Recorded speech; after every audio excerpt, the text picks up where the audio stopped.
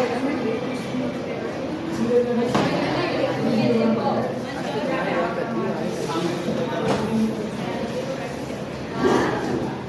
Structure के बारे में आप लोग पढ़ेंगे।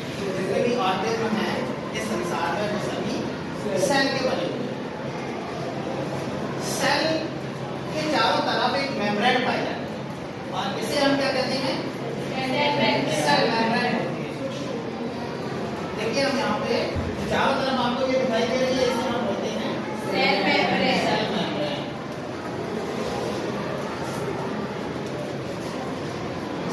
Cell membrane is a selectively permeable membrane.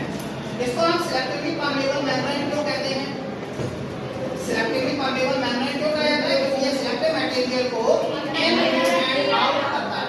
ठीक है, जो जिस मटेरियल को इसको जरूरत होती है। सेल के अंदर साइटोप्लाज्म पाया जाता है और साइटोप्लाज्म में मैनी मोर ऑर्गेनेल्स जो होती हैं वो फ्लोटिंग करती रहती है इसके अंदर। यहाँ आप देख सकते हैं कि ये आपका जो है न्यूक्लियस है और न्यूक्लियस सेंटर में यहाँ पे आपको दिखाई दे रहा है चारों तरफ यहाँ बहुत सारे ऑर्गेनेल्स यहाँ फ्लोटिंग कर रहे हैं इसके अंदर। ये आपको जो है सेल दिखाई दे रही है, ये यूकैरियोटिक सेल है। इसी प्रकार से जो सेल दूसरी प्रकार की जो सेल होती है उसे हम कहते हैं प्रोकैरियोटिक सेल। यूकैरियोटिक सेल में मैनी मोर ऑर्गेनेल्स पाई जाती है, डिफरेंट टाइप्स ऑफ ऑर्गेनेल्स। इनके सबके अलग-अलग फंक्शंस होते हैं। ये प्रोटीन कर रहे हैं mitochondria, Golgi apparatus and cytoplasm और इसके अंदर राइबोसोम्स, लाइसोसोम्स।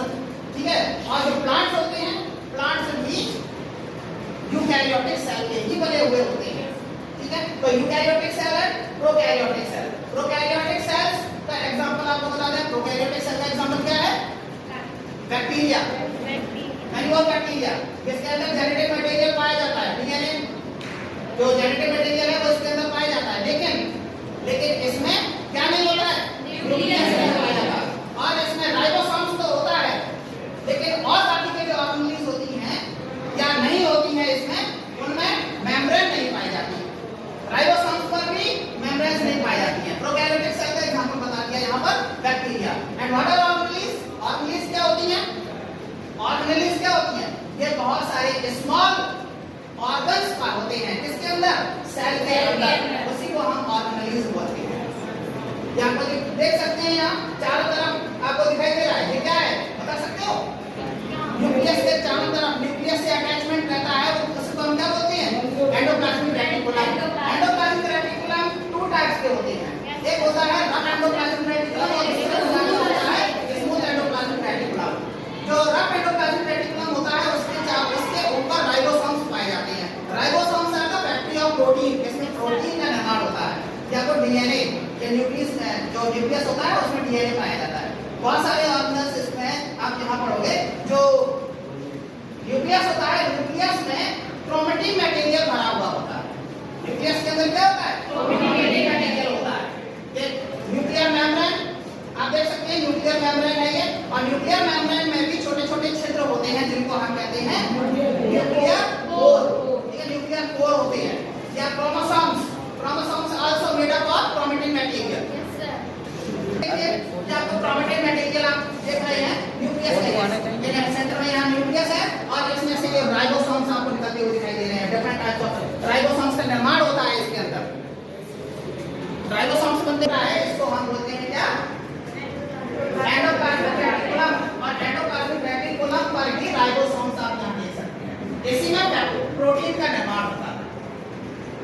एंडोप्लाज्मिक रेटिकुलम और एंडोप्लाज्मिक रेटिकुलम भी न्यूक्लियस से ही अटैच रहता है। ठीक है, समझ में आएगा?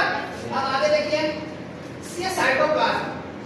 साइटोप्लाज्म में ये सेल के अंदर साइटोप्लाज्म पाया जाता है और साइटोप्लाज्म भी लिविंग कैसा होता है? लिविंग होता है। ठीक है, लाइव होता है। इसी में प्रोटीन कर रहे हैं। देखिए ribosomes, endoplasmic reticulum and Golgi apparatus, nucleus and many more organelles इसके अंदर प्रोटीन करते रहते हैं। अब आगे इसका फंक्शन हम देखते हैं।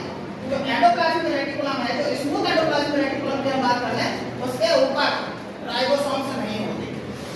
स्मूथ एंडोप्लाज्मिक पर राइबोसोम्स नहीं होते।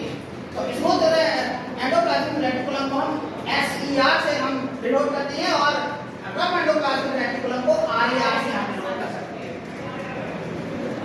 ये प्रोटीन्स हैं, राइबोसोम्स की जो प्रोटीन बनी है वो यहाँ क्या हो रही है, यहाँ से निकलती है, ठीक है। निकलने के बाद, ये प्रोटीन निकलने के बाद में अटैच हो जाती है।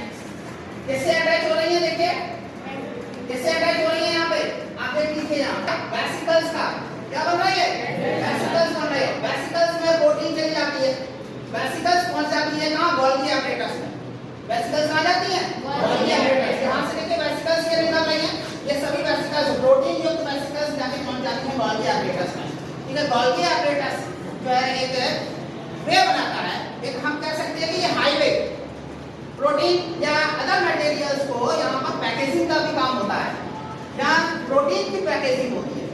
गोल्गी एपरेटस में क्या होता है, पैकेजिंग होती है, मटेरियल्स की पैकेजिंग होती है। यहाँ देखिए जो प्रोटीन है कार्बोहाइड्रेट से कंबाइन हो जाएगा, इसी प्रकार से जो लिपिड होते हैं लिपिड से भी ये कंबाइन हो जाता है। लिपिड है, लिपिड कंबाइन हो रहा है प्रोटीन से, ठीक है। इसी तरीके से ये कार्बोहाइड्रेट, इस तरीके से ये प्रोटीन या अदर मटेरियल्स का पैकेजिंग होती है और यहाँ से ये डिफरेंट ऑर्गेनेलीज या डिफरेंट पार्ट्स में पहुंचाया जाता है। लार्ज वेक्टर्स होता है, सेंट्रल वेक्टर्स जैसे बोलते हैं, ये सबसे बड़ा पार्ट होता है प्लांट सेल का। प्लांट सेल के अंदर ही ये वेक्टर्स होता है, ठीक है। इसमें सेल वॉल चारों तरफ आप देख सकते हैं। एनिमल सेल में वेक्टर्स नहीं पाया जाता, एनिमल सेल में सेल वॉल नहीं पाई जाती है। लाइसोसोम की यहाँ पे बात करें, लाइसोसोम क्या होता है, ये क्या करता है, जो ऑर्गेनेलिस या तो ये क्या करता है, नष्ट कर लेता है, डाइजेस्ट कर लेता है। तो डाइजेस्टिव बैग भी इसको बोलते हैं या सुसाइड बैग इसको कहा जाता है। किसे, lysosome. Lysosome is a suicide bag of the cell, ये आउट सेल को भी डाइजेस्ट कर लेता है। This is the mitochondria. Mitochondria में एनर्जी प्रोड्यूस होती है। माइटोकॉन्ड्रिया में क्या होता है, एनर्जी प्रोड्यूस होती है। एंड रेस्पिरेशन, कौन सा, cellular respiration also happened in the mitochondria. Respiration करते हैं, इसमें ऑक्सीजन हम लेते हैं और कार्बोहाइड्रेट जो कि ग्लूकोज में कन्वर्ट हो जाती है, वो ग्लूकोज ब्लड के थ्रू सेल तक पहुंचती है और यहाँ से ये माइटोकॉन्ड्रिया पहुंचती है। माइटोकॉन्ड्रिया में क्रेब्स साइकिल चलती है। माइटोकॉन्ड्रिया में क्या होता है, क्रेब्स साइकिल चलती है, ठीक है। और वहाँ एनर्जी देख रहे हैं, इसको हम कहते हैं साइटोस्केलेटन। सेल के चारों तरफ पूरे सेल को बांध के रखने का काम करता है साइटोस्केलेटन। ये साइटोस्केलेटन माइक्रोफिलामेंट्स होते हैं। साइटोस्केलेटन क्या होता है, माइक्रोफिलामेंट, फिलामेंट यानी माइक्रोट्यूब्यूल्स के जो बने हुए होते हैं। जो फिलामेंट है माइक्रो यानी कि सूक्ष्म ट्यूब्यूल्स होती है, छोटी छोटी नलिकाएं होती हैं, उसके जो बने हुए होते हैं। ये आपको देख रहे हैं, ये प्लांट की जो स्ट्रक्चर होती है वो भी इसी प्रकार की। समझ में आ गया? आगे अब देखिए, देखिए प्लांट सेल इस प्रकार की होती है। प्लांट की जो पत्तियां होती हैं, इसमें ये यानी कि जितने भी मल्टी सेलुलर ऑर्गेनिज्म होते हैं उनमें बहुत सारी सेल्स पाई जाती हैं। इनमें देखिए इस प्रकार की आप सेल दिखाई देगी, इस प्रकार की सेल होगी। इसके चारों तरफ ये सेल वॉल होती है, बीच में ये रेडिकल्स होता है बहुत बड़ा, क्लोरोप्लास्ट, जिसको हम ये क्लोरोप्लास्ट उसी के अंदर पाया जाता है, ठीक है। सेल होती है, सेल के अंदर क्लोरोप्लास्ट होता है। ये सिक्के जैसे आपको एक दूसरे के ऊपर रखे हुए दिखाई दे रहे हैं, ये है क्या, क्लोरोप्लास्ट, ठीक है। High power of electron microscope से जब हम देखते हैं तो इस प्रकार की सेल दिखाई देगी। इसमें न्यूक्लियस होता है और न्यूक्लियस के चारों तरफ cytoplasm, reticulum, backbone, vectors and lysosomes, other features बहुत सारे जो हमारे यूकेरियोटिक सेल में होते हैं वो इसमें होते हैं सेल मेम्ब्रेन को छोड़कर और वेक्टर्स को, ठीक है। ये ओनली इसमें होते हैं प्लांट सेल के अंदर, ठीक है। अब देखिए यह बैक्टीरिया, बैक्टीरिया देखिए किस प्रकार की सेल है बैक्टीरिया, प्रोकैरियोटिक सेल। यह है इसका फ्लैजिला, इसको हम कहते हैं फ्लैजिला।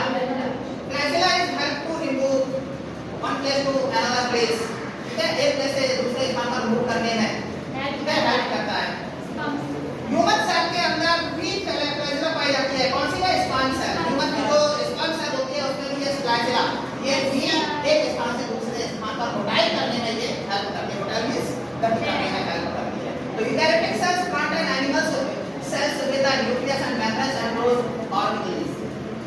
यूकेरियोटिक सेल में प्लांट और एनिमल सेल जो होती हैं उनमें न्यूक्लियस में होता है और उनके जो ऑर्गेनेल्स होती हैं उनमें मेम्ब्रेन पाई जाती है। जबकि प्रोकैरियोटिक सेल होते हैं उनमें यूनिसेलुलर ऑर्गेनेल्स विदाउट ए न्यूक्लियस, उसमें न्यूक्लियस नहीं होता है और मेम्ब्रेन एंडोस ऑर्गेनेल्स भी नहीं पाई जाती हैं। किसमें? Prokaryotic cell. All cells have a cell membrane. सभी